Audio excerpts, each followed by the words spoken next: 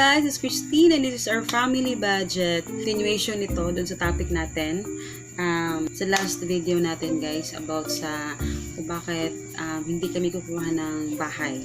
So, eto, it's pag-usapan natin ngayon guys yung about sa rent. By the way, ilalagay ko yung link sa description box guys tungkol sa video ng continuation nung kadugtong nito nung yung last video natin.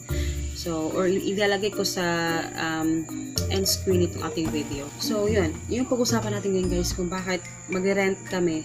Mas pinili namin mag-rent kaysa kumuha ng bahay. So, yun. Yung pag-usapan natin. So, let's start!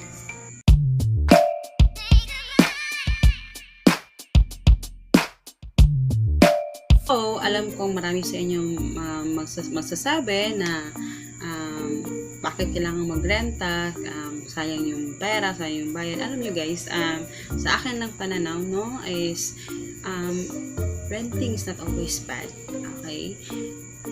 Ang problema lang kasi sa pag-rent sa ibang mga natin, ibang kababayan natin is yung nagre-rent sila parang pang forever na. Yung iba talagang pang forever, parang pang forever na yung merong iba na gusto naman nila kumuha ng bahay pero hindi naman nila pinag-iipunan.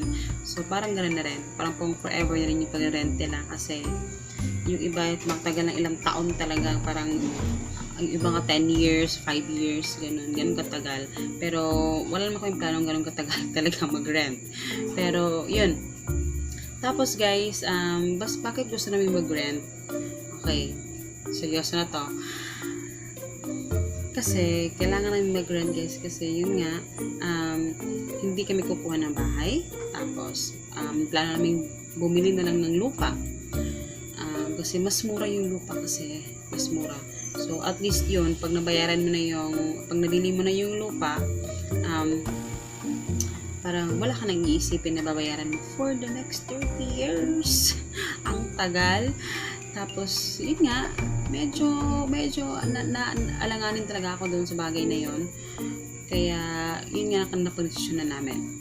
So, mag-rent muna kami guys for the meantime. Dahil mag-aaral pa naman si Hakit for the next year. At, yun nga, mahihirapan talaga kami. Hindi pa kami ready kumuha ng bahay. Hindi pa talaga kami ready. Pero, kailangan na kasi namin umalis dito. Kailangan na namin mag-rent. So, maraming mga dahilan kung bakit kami aalis dito, pero hindi ko na lang sasabihin sa inyo. Secret na lang yan. Okay? Secret. Pero, yun nga, maraming mga dahilan. Excited rin ako kasi mag-aral si Hagrid. At dito kasi sa amin, guys, medyo malapit siya sa city. Parang lang siya. Para malls, malapit sa mga palengke, gano'n. Very convenient. Compare dun sa subdivision, sobrang layo talaga. Malayo ka talaga sa Kabiasnan. At bakit pinili namin yung mag-rent din? Dahil yung pag-rent kasi parang binibigyan ka ng time para makapag-ipon. Pero kailangan talaga mag-ipon ka talaga guys. So pag-iipon lang talaga namin yung pagbili ng lupa, 'di ba? Or kung hindi man, so depende na rin yan kung ano yung mapag-desisyon naman ni Papa. Pero yun na, fix na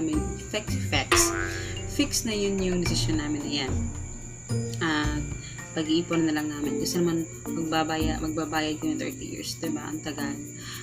So it's not always bad naman guys na parang kusakido na yung dating ko dito, but it's not always bad naman. Pero yun nga, natutuwa ko sa sarili.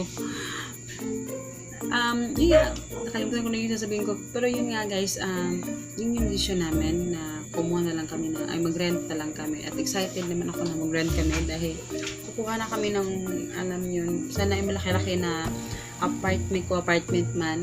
Sana malaki-laki dahil nahihirapan rin akong i-arrange itong aking mga tinda, diba? Kasi tumapagal, dumadami na sila. Syempre, praise the Lord. Hindi naman ako nagko-complain.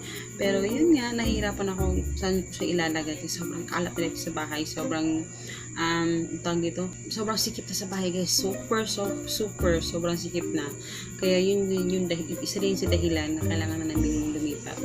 So, yun lang guys. Medyo konti lang yung ko dito about sa renting na ito. Dahil, syempre, first time namin mag-rent as a family talaga. Kasi nag-rent kami noon dun sa Cebu.